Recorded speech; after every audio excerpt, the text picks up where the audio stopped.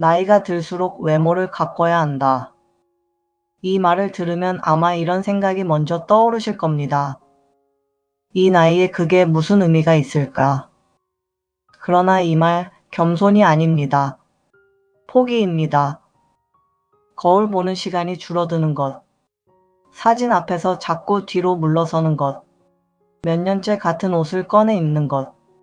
이건 나이 때문이 아니라 오랫동안 나를 뒤로 밀어온 습관 때문입니다. 그러니 당신의 잘못이라 생각할 필요 없습니다. 오늘은 그 습관 뒤에 숨어 있는 진짜 이유를 이야기해 보려 합니다. 젊어 보이라는 이야기도 누구에게 잘 보이라는 이야기도 아닙니다. 이것은 외모의 문제가 아닙니다. 그럼 무엇의 문제인지 지금부터 말씀드리겠습니다.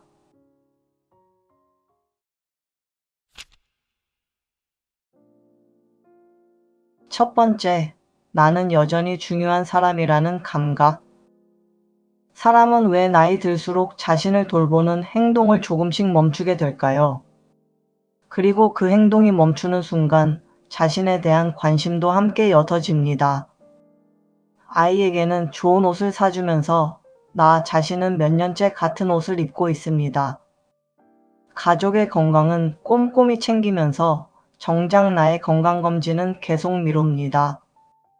이런 마음은 게으르거나 무심해서가 아닙니다. 오랫동안 자신을 뒤로 밀어온 삶의 습관이 조용히 몸에 밴 것뿐이죠. 새 옷을 하나 사려다가도 이 돈이면 우리 아이 학원비를 더 낼 수 있는데 라는 생각이 먼저 떠오릅니다. 이런 마음의 흐름은 단순한 절약이 아닙니다. 오랜 시간 나는 나중이라는 순서를 스스로에게 학습시켜온 결과에 가깝습니다. 심리학에서는 이를 자기 개념이라 부릅니다. 내가 나를 어떤 사람으로 인식하는지를 뜻하는 말입니다. 그리고 이 자기 개념은 내가 나를 대하는 구체적인 행동을 통해서도 계속 다듬어진다고 설명합니다. 돌봄을 받는 대상이 아니라 돌봄을 주는 역할에 익숙해질수록 정작 나 자신을 돌봄이 필요한 존재로 바라보는 감각은 흐려집니다. 물론 외모를 가꾸는 것이 자존감을 만드는 원인이라고 단정할 수는 없습니다. 다만 두 가지는 서로 영향을 주고받는 관계에 가깝습니다. 나를 소중히 대하는 행동이 나를 소중하게 느끼는 감각을 조금씩 키우고 그 감각이 다시 나를 대하는 태도를 바꿔놓습니다. 이 순환은 반대 방향으로도 작동합니다. 나를 뒤로 미루는 행동이 반복될수록 나는 그렇게 중요한 사람은 아니야 라는 인식도 함께 굳어집니다. 가족을 위해 세운 기준을 나에게는 한 번도 적용해 본 적 없는 것은 아닌가요? 외모를 가꾸는 첫 번째 이유는 예뻐 보이기 위해서가 아닙니다. 나는 여전히 중요한 사람이다 라는 사실을 스스로에게 확인시켜 주는 것입니다. 두 번째, 몸을 움직이면 마음이 따라온다. 집에서 하루 종일 편한 옷만 입고 있을 때와 외출을 위해 옷을 골라 입고 머리를 정돈했을 때 몸의 자세부터 달라집니다. 옷이나 화장 자체에 특별한 힘이 있는 것은 아닙니다. 중요한 건 그 행동이 보내는 신호입니다. 나는 지금 나갈 준비를 했다. 나는 오늘을 대충 흘려보내지 않겠다. 심리학에서는 감정과 행동이 한 방향으로만 흐르지 않는다고 설명합니다. 기분이 좋아야 움직이는 경우도 있지만 반대로 몸을 먼저 움직이면서 기분과 자기 인식이 뒤따라오는 경우도 있습니다. 이런 흐름을 행동 활성화라고 부릅니다. 기분이 나아지길 기다렸다가 움직이는 것이 아니라 먼저 작은 행동을 시작함으로써 기분과 의욕을 이끌어내는 방식을 뜻합니다. 하루 종일 집에 있기로 한 날 몸이 유독 무겁게 느껴집니다. 별다른 약속이 없는 날에도 가볍게 옷을 갖춰 입고 나면 괜히 기운이 납니다. 이 차이는 마음가짐만의 문제가 아닙니다. 옷을 갈아입고 자세를 세우는 행동 자체가 몸에게 이제 활동할 시간이라는 신호를 보내기 때문입니다. 반대로 하루 종일 편한 옷 그대로 머무는 시간이 길어지면 몸도 마음도 서서히 정지 상태에 맞춰 조율됩니다. 옷을 갈아입는다. 머리를 정돈한다. 자세를 바로 세운다. 그리고 집 밖으로 나선다. 이 작은 행동들은 따로 떨어져 있지 않습니다. 하나의 행동이 다음 행동을 조용히 이끌어냅니다. 그리고 이 신호는 나 자신에게만 향하지 않습니다. 정돈된 모습으로 사람을 마주할 때 대화를 나누는 태도 자체가 달라집니다. 바른 자세와 정돈된 표정은 상대에게도 이 사람은 지금 이 자리에 마음을 쓰고 있다는 인상을 전합니다. 요즘 외출 준비에 들이는 시간이 예전보다 눈에 띄게 줄지는 않았나요? 그 시간이 줄어들수록 밖으로 나서는 횟수도 함께 줄어듭니다. 옷을 갖춰 입는 것은 결국 오늘 하루에 참여하겠다는 나 자신과의 작은 약속인 것입니다. 세 번째, 아름다움의 기준은 내가 정하는 것이다. 젊은 시절의 꾸밈과 지금의 꾸밈은 그 이유부터 다릅니다. 20대, 30대에는 다른 사람이 나를 어떻게 볼까가 중요한 동기였습니다. 하지만 이제 그 기준이 조금씩 옮겨갈 필요가 있습니다. 나는 어떤 모습으로 살아가고 싶은가? 이 질문으로 말이죠. 심리학에서는 자기 지각이라는 개념으로 이를 설명합니다. 내가 나를 어떻게 바라보는지가 내 행동과 감정에도 영향을 준다는 뜻입니다. 그리고 이 자기 지각은 외부의 평가에서 내면의 기준으로 옮겨갈 때 더 안정적인 모습을 갖게 된다고 설명합니다. 모든 사람에게 똑같이 적용되는 이야기는 아닙니다. 다만 많은 경우 타인과 나를 비교하는 데서 오는 피로감은 기준을 나 자신에게 옮길 때 조금씩 옅어지는 경향이 있습니다. 이 비교는 생각보다 여러 방향에서 찾아옵니다. 예전 사진을 보다가 지금의 나와 비교하며 마음이 복잡해집니다. 오랜만에 만난 지인이 여전히 자기 관리가 잘 된 모습일 때 나도 모르게 나 자신과 견주게 됩니다. 이런 비교는 대부분 순식간에 일어나고 알아차리기도 전에 마음을 가라앉힙니다. 문제는 비교 자체가 아니라 그 비교의 기준이 늘 남에게 있다는 데 있습니다. 사회적 비교는 사람이라면 누구나 하게 되는 자연스러운 심리 작용입니다. 다만 그 비교의 방향을 완전히 외부로만 두느냐 아니면 나 자신의 기준으로 가져오느냐에 따라 마음이 머무는 자리는 달라집니다. 지금 나를 비교하고 있는 그 기준은 정말 나의 것인가요? 그때보다 젊어 보이는가?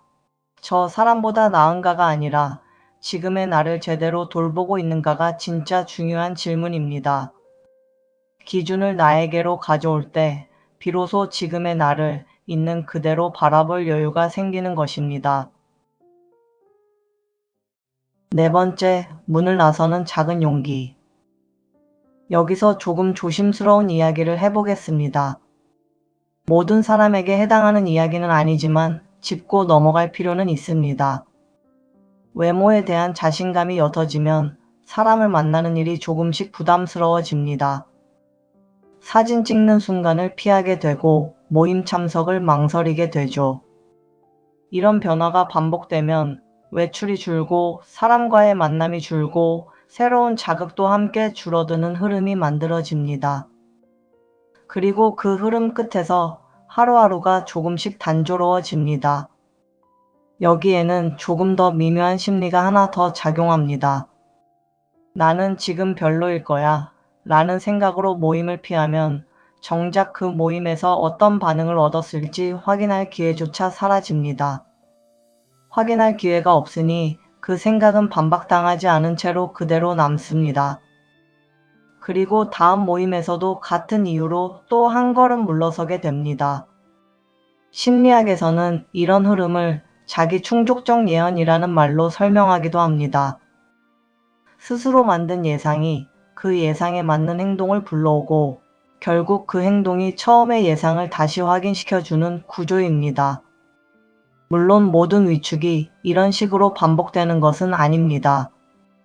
다만 한번 이 흐름에 올라타면 스스로 멈추기가 쉽지 않다는 점은 기억해 둘 필요가 있습니다.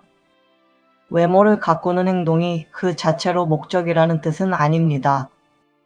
그것은 다시 삶에 참여하기 위한 아주 작은 출발점이 될 수 있다는 것입니다. 그 모임에서 어떤 반응을 얻었을지 스스로 확인해 본 적은 있으신가요? 문제는 외모가 아니라 그 부담감 때문에 세상과의 접점을 조금씩 줄여가는 흐름 그 자체입니다. 옷을 갖춰 입고 집을 나서는 작은 행동이 그 흐름을 반대로 돌리는 첫걸음이 되는 것입니다. 5번째, 젊음을 붙잡는 일이 아니라 나를 포기하지 않는 일이다. 나이가 들면 누구나 변합니다. 주름이 생기고 흰머리가 늘고 예전 옷이 낯설게 느껴지는 순간이 옵니다. 이 사실을 부정할 필요는 없습니다. 심리학에서는 이 시기를 정체성 변화의 시기라고 설명합니다. 몸도 역할도 관계도 달라지면서 나는 어떤 사람인가 라는 감각 자체가 흔들리는 시기라는 뜻입니다. 그리고 이 흔들림 속에서 자신을 다시 정의해 가는 과정을 중년기 자기 재정립이라고 부르기도 합니다. 과거의 나를 그대로 붙잡는 것도 과거의 나를 완전히 부정하는 것도 아닌 지금의 나를 새롭게 받아들이는 과정입니다.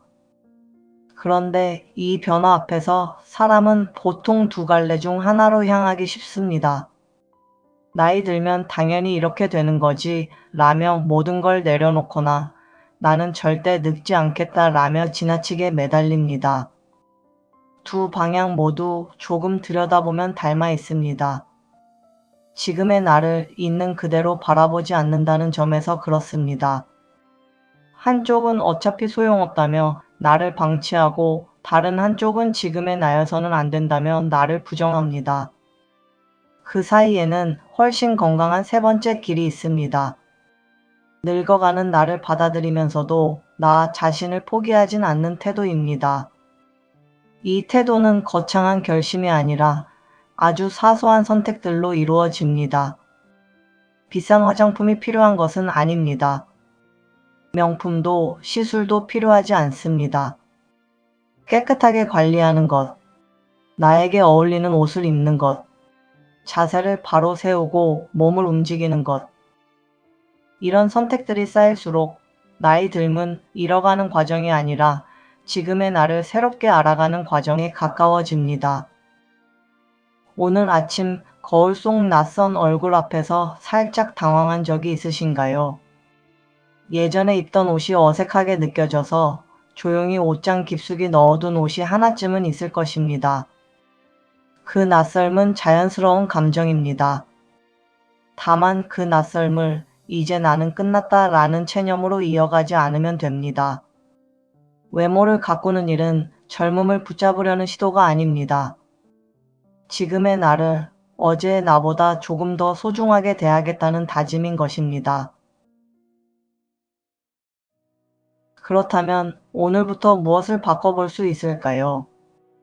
거창한 계획보다 마음에 오래 남을 세 가지만 짚어보겠습니다. 첫째, 오늘도 나를 대충 넘기지 않습니다. 집에 있는 날에도 하루 한 번은 나를 위해 옷을 제대로 갖춰 입어보세요. 잠옷이나 늘어난 티셔츠 대신 마음에 드는 옷으로 딱 한 벌만 갈아입으면 됩니다. 그 작은 행동이 오늘도 나를 대충 넘기지 않았다는 감각을 만들어줍니다. 둘째, 단점보다 오늘의 컨디션을 먼저 봅니다. 거울을 볼 때 단점부터 찾는 습관을 조금씩 줄여보세요. 대신 오늘 얼굴빛이 어떤지, 표정이 편안한지부터 살펴보세요. 하루아침에 바뀌지는 않지만 거울 앞의 시간이 조금씩 편안해집니다. 셋째, 기준은 내가 정합니다. 남과 비교하지 않고 나만의 기준을 세워보세요. 누군가는 화려하게, 누군가는 소박하게 자신을 가꿉니다. 정답은 없습니다. 예전의 나도 남들의 기준도 아닌 지금의 나에게 맞는 기준을 스스로 정해보는 것입니다. 여러분은 오늘의 이야기가 어떠셨나요? 나이 들수록 자신을 가꿔야 하는 이유는 젊어 보이기 위해서가 아닙니다. 나이가 들었다고 해서 나 자신까지 낡은 사람처럼 대하지 않기 위해서이죠. 이 이야기를 준비하면서 저에게도 그런 사람이 한 명 떠올랐습니다. 바로 저희 어머니입니다. 어머니는 특별히 관리를 받으시는 것도 아닌데 늘 자신에게 어울리는 모습을 유지하고 계십니다.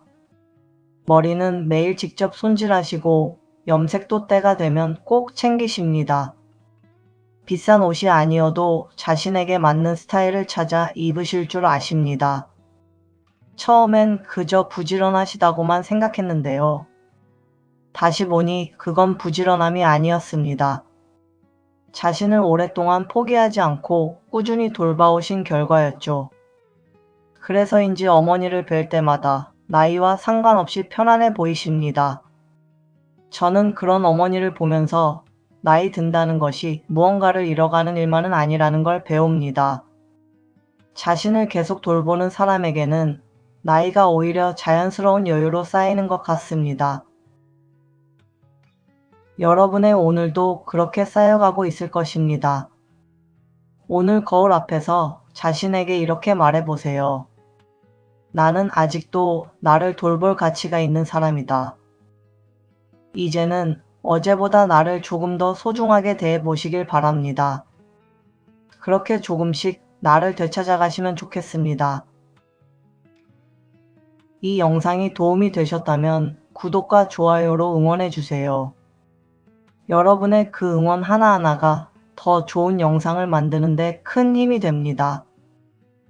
당신의 행복한 삶을 위해 공감본부가 함께합니다. 감사합니다.